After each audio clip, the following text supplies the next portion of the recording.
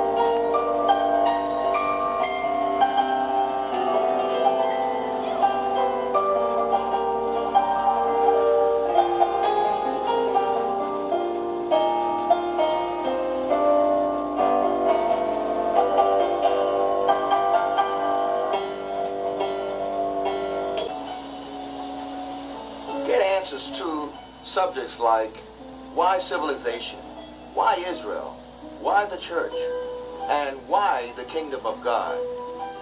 Listen to potential news. That's news before it happens.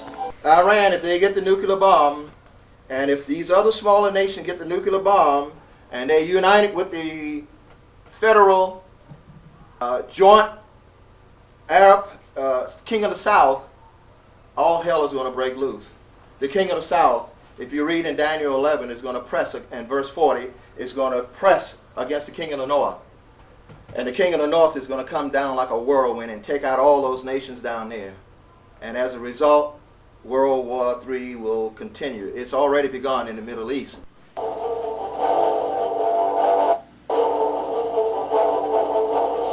you want to take chances? I don't think so.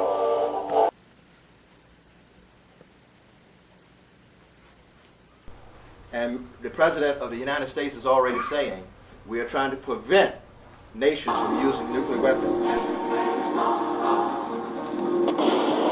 It is my privilege to welcome you to Washington and to formally convene this historic summit.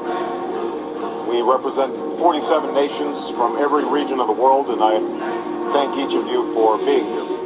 This is an unprecedented gathering to address an unprecedented threat. 2 decades after the end of the Cold War, we face a cruel irony of history. The risk of a nuclear confrontation between nations has gone down, but the risk of nuclear attack has gone up. Nuclear materials that could be sold or stolen and fashioned into a nuclear weapon exist in dozens of nations. Just the smallest amount of plutonium, about the size of an apple, could kill and injure hundreds of thousands of innocent people. Terrorist networks such as Al-Qaeda have tried to acquire the material for a nuclear weapon, and if they ever succeeded, they would surely use it. Were they to do so, it would be a catastrophe for the world, causing extraordinary loss of life. And today, you know that several nations, several smaller nations, have nuclear weapons. And they could start it, and it would go to Russia and the United States and the big nations, and finally there wouldn't be any humanity left. Most of us are asleep, and we don't realize what's going on. But how are we going to escape these horrifying days of nuclear destruction that shall come on this planet Earth? Let's turn to Matthew, the 24th chapter. Matthew, the 24th chapter, in verse 22. Verse 22, Matthew 24. We have heard these scriptures over and over and over, and we have become callous. We have become indifferent. I heard that before. But here, I'm trying to stir you to realize that this is, if Christ mentioned these things, it's very important that we want to escape. You have to have some incentive to want to escape. You don't want to just stick your nose in the Bible. You want to read the Bible with understanding so you can escape the hellish mess that Satan the devil is going to bring on this planet Earth. Because in Revelation, it's mentioned that woe be to the inhabitants of the earth, for the devil has come down unto you having great wrath. And we know that wrath is the great tribulation. You need not go through this, brethren. What does God say about these end times that we are living in? You know, we need to know. We need to know the troubles that we are in and how and where they are going to lead us. So, listen.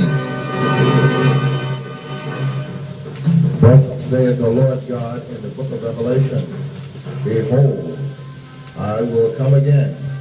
I will come quickly, and my reward is with me to give every man according as his work shall be.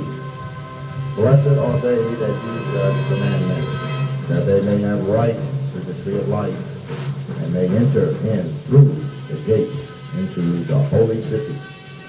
Thus saith the Lord God Almighty, which is, and which was, and which is to come,